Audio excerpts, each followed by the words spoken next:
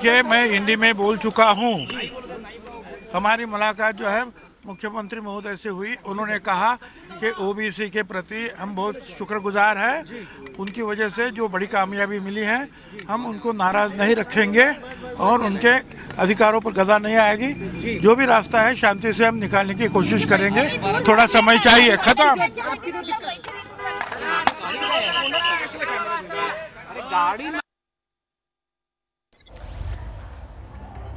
आठ ते 10 दिवसात मार्ग काढू असा शब्द फडणवीसांनी आपल्याला दिल्याचं छगन भुजबळ यांनी पुन्हा एकदा सांगितलंय। त्याचबरोबर त्यांनी नवीन वर्षाच्या ख्रिसमसच्या शुभेच्छा सुद्धा दिलेल्या आहेत। काही वेळापूर्वी सागर बंगल्यावर जात छगन भुजबळ यांनी देवेंद्र फडणवीस यांची भेट घेतली आहे। फडणवीसांसोबत चर्चा केली। यावेळी ओबीसी समाजाचे आम्ही आभार मानतो, त्यांच्यामुळे आमचा विजय सोपा झाला असं फडणवीस आपल्याला म्हणाल्याचं छगन भुजबळ म्हणाले। तर छगन भुजबळ दिल्लीला रवाना झालेले आहेत। काही महत्त्वाच्या घडामोडी घडतात। देवेंद्र फडणवीस यांची भेट घेतल्यानंतर छगन भुजबळ दिल्लीला रवाना झाले आहेत।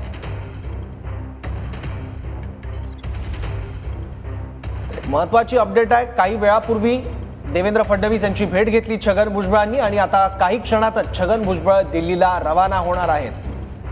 त्यामुळे छगन भुजबळ कुठला मोठा राजकीय निर्णय घेतात का हे आता बघायचं आहे।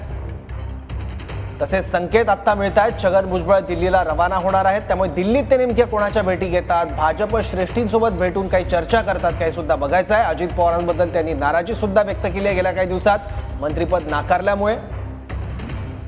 त्यामुळे देवेंद्र फडणवीस यांची काही वेळापूर्वी छगन भुजबळ यांनी भेट घेतली आणि आता छगन भुजबळ दिल्लीला रवाना होणार आहेत। महत्त्वाची बातमी यावेळी छगन भुजबळ दिल्लीला काही वेळात रवाना होत आहेत। देवेंद्र फडणवीस यांची त्यांनी भेट घेतली, त्यांच्यासोबत चर्चा केली। अर्थात सगळा तपशील त्यांनी सांगण्यास नकार दिलाय, पण काही इतर बाबी त्यांनी सांगितल्यात या भेटीमधल्या। तर देवेंद्र फडणवीस यांच्यासोबतच्या चर्चेनंतर छगन भुजबळ काही वेळातच दिल्लीला रवाना होणार आहे। त्यामुळे छगन भुजबळ हे अन्य कुठला राजकीय पर्याय सध्या चाचपडून बघतात का असा देखील एक प्रश्न उपस्थित होतोय।